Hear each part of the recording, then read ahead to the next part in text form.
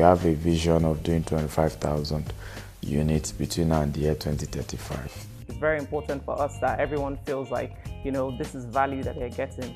Long-term vision, of course, is we want to be having an asset base size of 250 billion US dollars. Developing 21st century state-of-the-art real estate takes deep knowledge about the industry and the specific market you choose to operate in. The team at GTEX Homes believe they have these to develop smart and green homes for the African market. I'm Akin Obakeye, and in the next 30 minutes, we'll put the spotlight on the property development company GTEX Homes and shed light on their journey so far in the real estate market. Nigeria's housing deficit is estimated at 28 million units as of 2023. This, according to the United Nations, would require an estimated 21 trillion naira yearly to provide housing units to bridge this existing deficit. Efforts from both the private and public sectors continue to explore innovative ways to solve the problem for a population of over 200 million people. High materials cost, lack of access to good infrastructure, building collapse, lack of affordable mortgages, deficient housing financing arrangement, high interest loan conditions, delay in processing legal documents, and poor housing policies are among the many challenges facing developers in the industry. For GTEX Homes, every industry has its challenges. Hence, that of the real estate sector is not an hindrance to providing a 25,000 green and smart home unit by the year 2035. We get to find out the company's journey and how it has been able to stand out from the crowd in the development space. I think when we started, it was still the typical, you want to buy land, you go to native families. So the few companies, because I started as a broker, so the few companies were new, it was just an emerging market. And by the time we then went into development as well, the market was still a bit new. At the moment, we have so much quacks in the business. Everybody just feels there's money in the real estate market. And so you're seeing everybody wants to do real estate. Unfortunately, it's created its own problems where even that now, people are going to development, they don't know anything about development, they've not studied the market, they've not worked anywhere, they've not been mentored by anyone, and so that is an issue. But I think overall, the deficit is there, it's still increasing. There's still some figures differ. Some will tell you 16 million, some will tell you 20 million, some will tell you more than 20 million housing units. But even if we meet our target, which is we have a vision of doing 25,000 units between now and the year 2035, even with that, it's just a drop. Hence, when people tell me is the market saturated, I say no. We need more players, but we need quality players. We need people who understand what the business is about, what the risks are, how to price properly so that they don't just take clients' money and they're not able to deliver at the end of the day. When we were to go into development, we didn't want to do what everybody was doing. So first we started with site and service. And even for that, we said, how do we make ourselves different? So we decided to go into more of right locations where right now we have clients who bought land from us, and in 3 years, they're already recording over 500% return because we're targeting places where there's massive industrial expansion. We currently have over 5 estates in just Dangote refinery budget. So you have a huge housing deficit right there, land right there people want. So we're able to make sure our locations are quite unique and the value goes up. But not just that, we then add value to the land. So we fence it, put solar, we're tying the road to where your land is. So that way, it's not just, oh, I bought land and then there's no proper planning, which is part of the problem, really. You see so-called estates and then rain will come and then you see the whole place flooded. What happened to the engineering, the drainage structure that needed to have been, taking place? What happened to all that? And I think that's the market we kind of tend towards, that people want quality, people want something tangible, reliable, not necessarily affordable. And you media people like to affordable. But in reality, there's no such thing as affordable real estate. There's only subsidized real estate. There's only more proper funding institution. In the US, houses are not affordable. The vision is to develop GTEX Homes as one of the leading company in Africa and build this 25,000 green and smart houses by 2035. For that, my coming in brings in two aspects. I'm here to strengthen the operational side and build up the strategy, how to achieve it fast, because you know construction styles in Africa may not be at that pace we want to achieve in Dubai. You see prefab structures coming in, you will find roads in a month time or a bridge coming up. So we do understand there are limitations in Nigeria. This is one aspect we want to work on. We are trying to hire some experts, construction project managers who should be joining our team fairly soon. And second, most important, you cannot support any growth without funding. In Nigerian, we have never dealt, GTEX group has never dealt with the commercial market. We have zero loans from any commercial banks. And for obvious reasons, you know, the inflation, the pricing, and we are not comfortable to go into that kind of relationship. What we are trying to do, we're trying to explore the capital markets within Nigeria and overseas. And I have seen personally a lot of interest. I have been, last 2 months, I have been in Dubai. I see a lot of investment banks are looking to invest here, provided there is someone who can give them that confidence. Africa is safe. There are rules and regulations for their repatriation of funds, because this is another issue on the government level we have to see, because there have been issues in the past. So, and another part, people need to come into Africa. For example, my coming in itself is a manifest that Africa is safe and there is an opportunity here. It's a huge opportunity, it's a huge land. We are looking to expand outside Nigeria. We're looking at Cameroon. We are already in discussion with one company. In the US, we acquired a big estate in Houston, and we are trying to build greener and smart homes in US as well. Not everyone has that big money to buy, like you mentioned, like politicians who can buy multiple homes. But for some people, it's just one house. They want to buy their own home. They don't want to keep renting for 25 years before owning a home. So how can we make that possible? We say, okay, if you make a deposit of 10 million, and then we can spread the payments over 36 months. So that way, it's not just 100 million in one go. You know, you're able to pay that amount over 36 months. And even if at the end of 36 months, that there's a situation which comes up, which means, oh, you can't afford the final payment, we're able to connect you with a mortgage company who can then spread out the rest of the payments across 15 years. So instead of you paying 20 years of rent money, which, by the way, is money that you're not going to get back, unlike a home where you're actually buying into that home, the value of that property is actually going up, so it's actual equity for you. So instead of the money which you would have gone toward your rent, you're now able to put that money aside into a home that you own, and not just a home. It's because a home is very personal.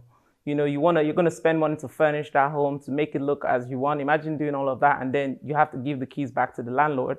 But this time around, it's your own property. So it also adds a bit of self-esteem to you as well. You're able to say, yes, I own a home. You know, do you want to come to my house, not my landlord's house? You know, so it's a different game. And I think for us, is making those opportunities available, which is what hasn't been very common within Nigeria. Like typically, it's not something that people are willing to offer because, I mean, from a risk perspective, but because for us, the key thing is empowering people. We want to see people progress. We want to see people's lives be better. So because those are our goals, those are our mission, that's our key mission. So for us, is how can we make that possible by, you know, giving people as many options available so that they can take advantage of what works for them. For an investor entering the real estate markets, capital appreciation is key. But the company believes accessibility remains crucial to driving growth in the industry.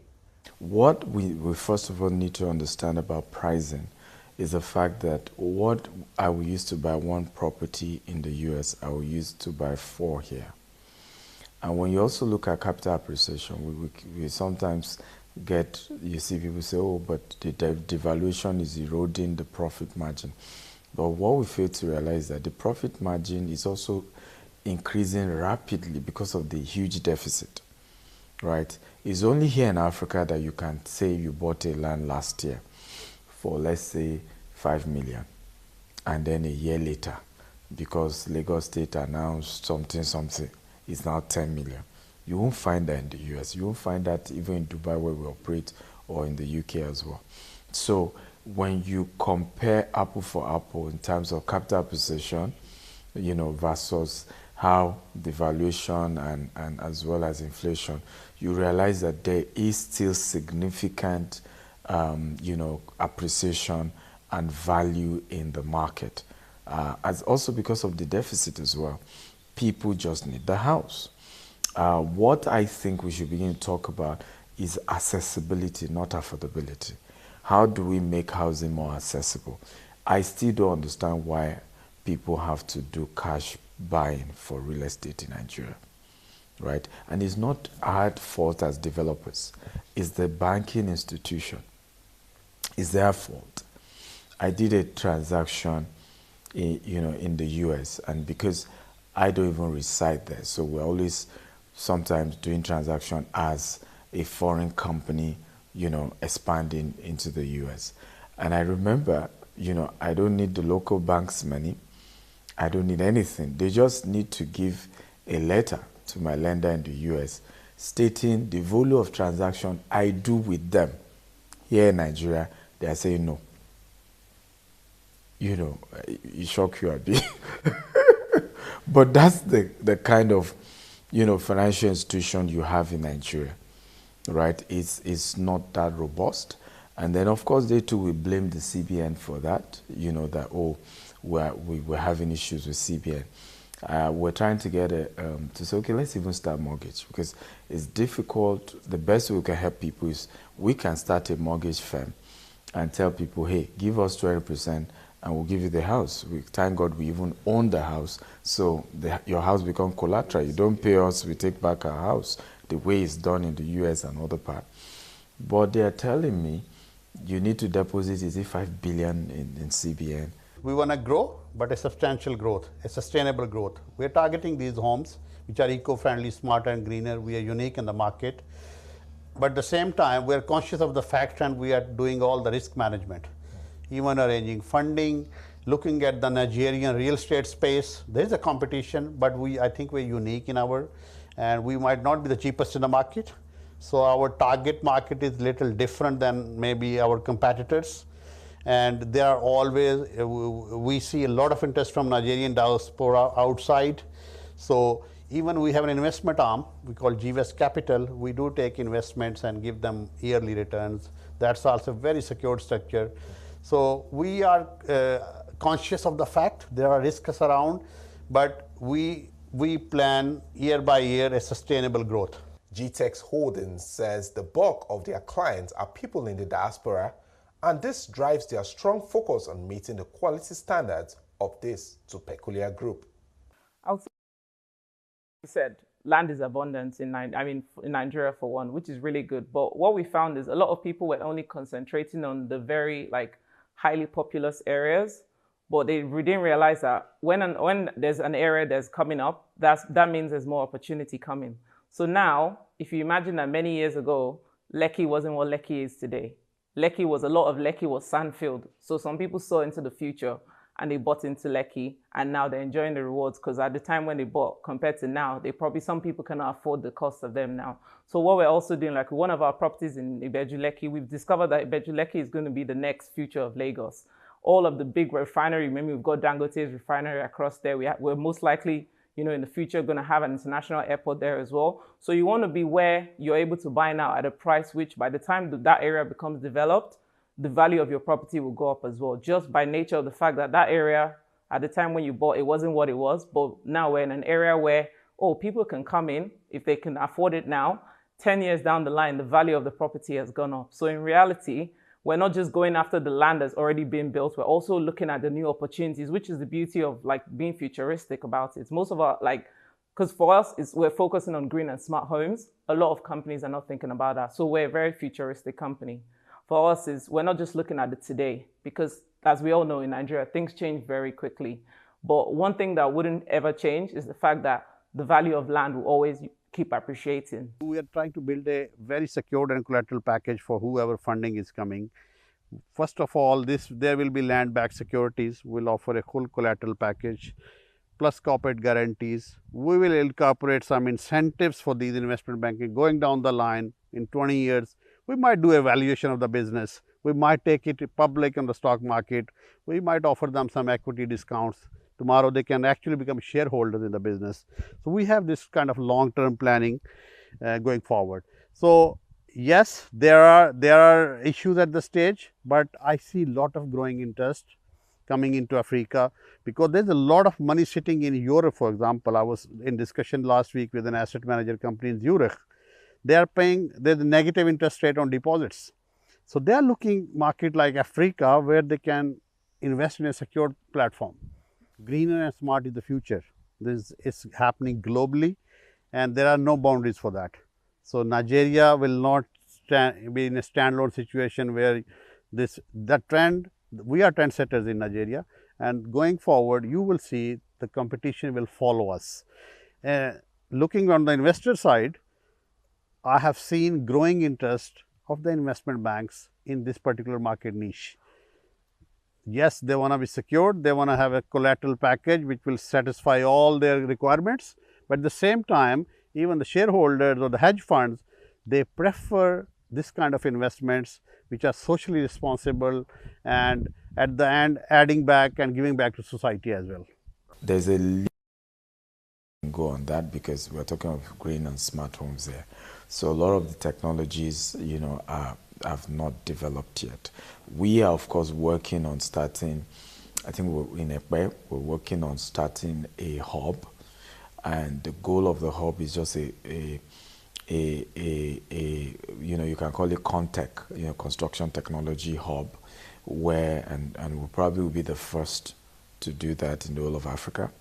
And we're going to be doing a lot of pitching, a lot of competition, a lot of hackathons, and hackathons where young creative guys can come on board, and if we love what they're doing, we can then put our money on it to then scale it up and have enough production so that it helps what we're doing. But what I know we've done heavily is to make sure that at least 99% of our contractors are local. Some of them, we're encouraging them to go for trainings.